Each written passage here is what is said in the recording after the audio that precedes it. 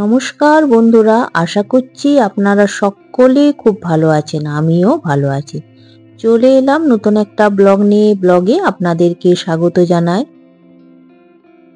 এই ব্লগটা তৈরি করেছি মোটামুটি 1 সপ্তাহ আগে, কিন্তু আমার বাবার শরীরটা খারাপ হয়ে গেছিল বলে আমি এই ব্লগটা শেয়ার করতে পারিনি। আর এখন বাবা ঠিক আছে। চলুন তাহলে এবারে ব্লগে আসি। আপনাদেরকে সরস্বতী পুজোয় যে ব্লগটাতে দেখিয়েছিলাম যে একটা বাজনা ঘরে এসেছি, সেই বাজনা ঘরে আবার এলাম সন্ধ্যাবেলায়। এখন 6:30 বাজছে।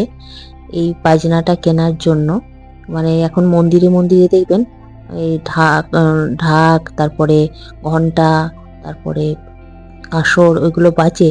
সেটা একটা মিউজিকের মতন, মানে প্লাগে দিয়ে বাজে।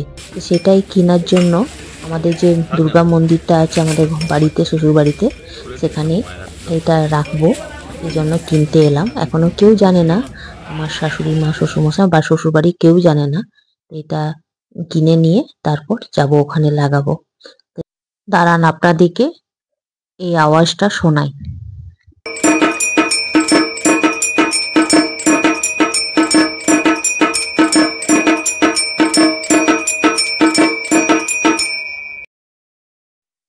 এটা একটা ছোট, এখানে শঙ্করও আওয়াজ হয়। তো দাঁড়ান এইটাও শুনি।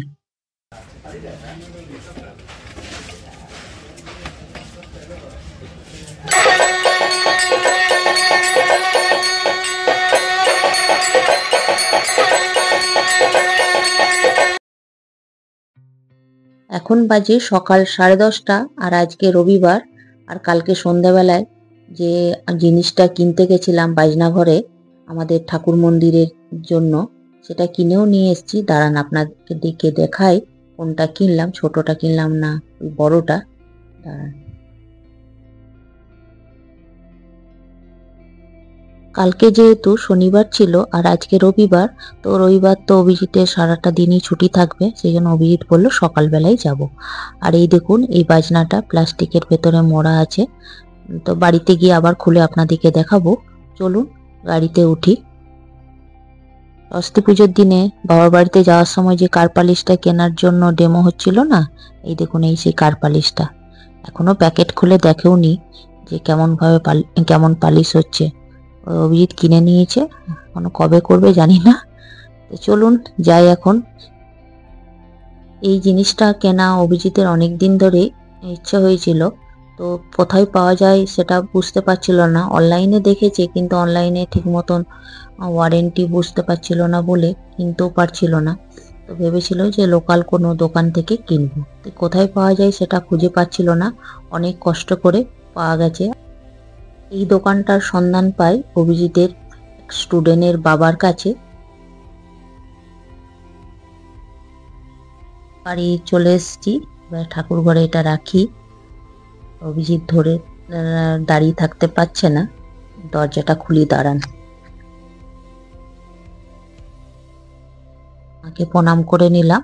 এবার বাড়ি সকলকে ডাকি আওয়াজটা শোনানোর জন্য। কেমন হয়েছে সেটা শুনি তাদের কাছে।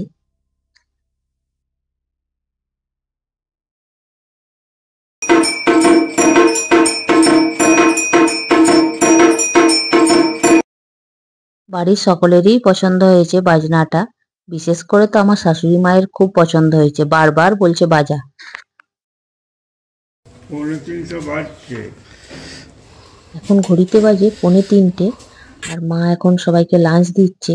আর আপনাদেরকে আমি অনেক ভিডিওতেই বলেছি যে আমার শ্বশুর মশাই একদম খাবার টাইমে খায়, 1:30টার মধ্যে লাঞ্চ করে নেয়, ডিনার 9টার মধ্যে করে নেয়, ব্রেকফাস্ট 8:30টার মধ্যে করে নেয়। বাবার আজকে শরীরটা ভালো ছিল না, তো বাবা আজকে বলেছিল লাঞ্চ করব না, তো আমরা জোর করে উঠালাম। তো বাবা উঠেই ঘড়িটা দেখে 2:45। ঘড়িটা দেখালো আমাদেরকে কিটা 3:45, আমরা তো বুঝিনি 3:45 বাজছে। দেখো না তরকারি না। এটা নিয়ে আমরা বাবার সাথে মজা করতে লেগে গেছি সবাই মিলে। খুব আনন্দ লাগছিল এই জিনিসটা, যে আজ বাবা 2:45 খাচ্ছে। এমনি আমাদের বাড়িতে যখন পুজো হয় তখন একটু দেরি হয়, তাছাড়া এমনি একদম টাইমে খাওয়া হয়। আর খেয়ে পরে চলুন আপনাদেরকে একটা জায়গায় একজনের কথা শোনাবো। আমার দেওরের মেয়ের, আমার ছোট দেওরের মেয়েটার কি কথা, মানে বাপরে পাকা বুড়ি একদম। তো ছাদে যাব, এখন তো একটু ঠান্ডা আছে। কি খেয়ে নেবে? ওইগুলো ওই বে নারকেল গাছ আছে ওইখানে একটা। হ্যাঁ, নারকেল। আমরা কি খাবো? তুই সব খেয়ে নাই তো আমরা কিছু খাবো? আর আম খাচ্ছে কখন? আম খাচ্ছে তো, এখন তো খাচ্ছে না, আর এখন আসছে না। এখন গরমকালে দেখবে কত আবার আসবে, আম খেয়ে খেয়ে পালাবে। এখন শীতকালে হচ্ছে না না, ওই জন্য আসছে না। গরমকালে দেখবে কত আসবে, রে খেয়ে খেয়ে পালিয়ে যাবে। আর এখন কি খাচ্ছে? এখন বেরিগুলো বসে বসে খাচ্ছে, আর যখন বেরিগুলো শেষ হবে তখন এইগুলো খাবে। আর নারকেলগুলো তখন আমরা কি খাবো? তখন কি আমরা না খেয়ে থাকবো? আমরা খিদে পেলে আমরা কি খাবো সেটা বলো। হ্যাঁ, সেটাই তো তুই বাঁদরকে বলবি। এক বানরকে বলতে হলো, বানর টেনে আসবে না, ফেলে দিবে তো। আমি এখন ছোট, আমিও যখন বড় হবে তখন তো আমি পড়বো। আর তোর মোজাগুলো কি করেছে? আমার মোজাগুলো জানি না, আমার মোজাগুলো তো কালকে নিয়ে পালিয়েছে, তো আমি কি করবো? কাঠবিড়ালি? হ্যাঁ, ও বাবা, কাঠবিড়ালির ঘর আমি কি করে জানবো? ও তুই ঘর জানিস না? কাঠবিড়ালি ঘর কোথায়? না, আমি কোথায় জানবো? তো কটা মোজা তুই তোর মা মিলেছিল ছাদে? একদিনে দুটো মিললো, তারপরের দিনে দুটো মিললো, সেইগুলো নিয়েও পালিয়ে গেল। তা আমরা কি করবো যখন আর যদি ঝুঁটি থাকে তাহলে কি? তাহলে আমরা চুল মারবো কি যদি ঝুঁটিগুলো নিয়ে পালাই? ই বা, ভাগ্যিস দিয়ে চলে গেলেন, ঝুঁটি ছিল। ও ঝুটি। আর কি কেসটা বলো? কাঠবিড়ালির মোজাগুলো মানে ঠান্ডা লাগছে মনে হয়, সেই জন্য নিয়ে চলে যাচ্ছে। না তো বলে দিয়ে যেতে পারে, চোরের মতো নিয়ে গেলে তো মুশকিল হয়ে যাবে না, তখন সবাই খুঁজবে। ও বাবা, হ্যাঁ সেটাও ঠিক, চোরের মতো নিয়ে যাওয়ার কি আছে, বলে নিয়ে যেতে পারে তোকে। তখন পুলিশে ধরবে, ভালো হবে। হ্যাঁ, পুলিশ। লাঠি দিয়ে মারবে, খেতে দিব না, শুকনো রুটি আর একই তরকারি, কিছু ভালো খাবার ইচ্ছা হলে খেতে পারবে না। ও মানে ওই জেলে হ্যাঁ, পুলিশে ধরে গেলে শুকনো রুটি আর তরকারি। যদি আমরা বলে দিই হঠাৎ করে, তাহলে তখন বুঝবে। তুই পুলিশে ধরেই দিবি, বলবি চুরি করছে কাঠবিড়ালি যখন। হ্যাঁ, তখন আমি বলবো আমি কি করবো তাহলে? হুম। ঠান্ডা আছে এখন, গরমে নিয়ে যাবে ঠিক আছে, বলে নিয়ে যাবে ঠিক আছে, হ্যাঁ। নিয়ে যাবে ঠিক আছে। সেটাই তো বল। চুরির মতো নিয়ে গেলে তো পুলিশকে বলতেই হবে, নাহলে তো যত্ন না হলে তো আবার চুরি করবে। এমনি করলে তো হবে না, এমনি করে ডিল করলে থাকলে তো। ঠিকই বলছিস। আর এদিকে বানরে করছে, বানরে উৎপাত করছে, আমরা কোন দিকতে ছাড়বো বলো? বানরের উৎপাতে নাকি কাঠবিড়ালির উৎপাতে? হ্যাঁ সেটাই তো। পাকা বুড়ির কথা শুনলেন, কত পাকা একদম। আর এখন সন্ধে হয়ে গেল, পাকা বুড়ির কথা শুনে এসে এই সন্ধে মা দিচ্ছে, তো এবারে বাজনাটা একটু বাজিয়ে দিতাম।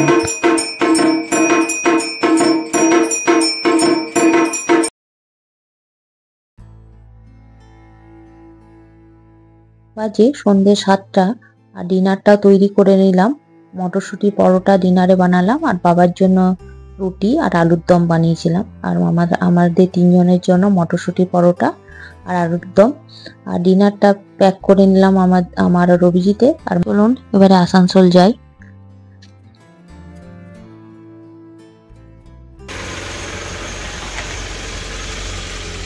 আসছি মা। হ্যাঁ,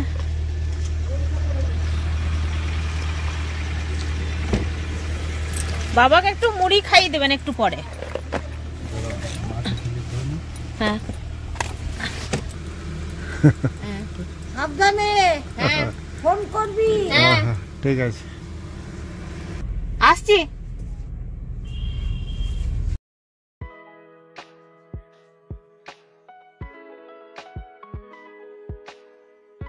আসানসোলে চলে এলাম। চলুন এবারে নামি, বাড়ি ঢুকি, একটু ফ্রেশ হয়ে তারপর ডিনার করব। চলুন তাহলে ভিডিওটা এখানেই শেষ করছি। ভালো থাকবেন আপনারা, সুস্থ থাকবেন, আনন্দ থাকবেন। দেখা হবে পরের এক ব্লগে। আমার এই ব্লগটা কেমন লাগলো অবশ্যই কমেন্ট করে জানাবেন, আর ভালো লাগলে লাইক করবেন। চলুন তাহলে রাখি, ভালো থাকবেন আপনারা।